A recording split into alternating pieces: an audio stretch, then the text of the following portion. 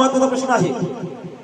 काल परवा एक छावा चित्रपट प्रदर्शित झाला, परंतु सगळ्यांना छत्रपती संभाजी महाराजांचे प्रेम आहे, परंतु सरकारला खरंच जाग येते का?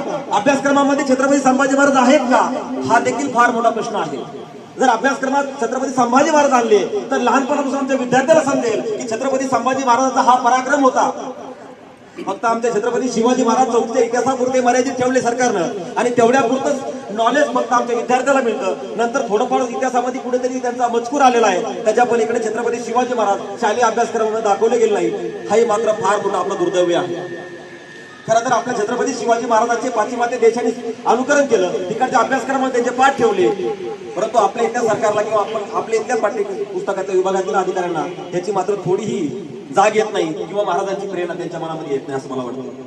मला असं वाटतं की हे जाणून म्हणून जर राजकारण केलं जातं, हे राजकारण दूर गेलं पाहिजे आणि खऱ्या अर्थाने महाराजांचा इतिहास समाजातील तळागाळातील विद्यार्थ्यांच्या मनामध्ये रुजला पाहिजे। खरं तर या जयंतीच्या माध्यमातून फक्त एक दिवस इतिहास सगळ्यांना जागा होतो, परंतु इतिहास कायमस्वरूपी मला दंतकथा ठेवायचा असेल तर तो इतिहास अभ्यासक्रमात आला पाहिजे। लहानपणापासून महाराजांचे धडे दिले पाहिजे।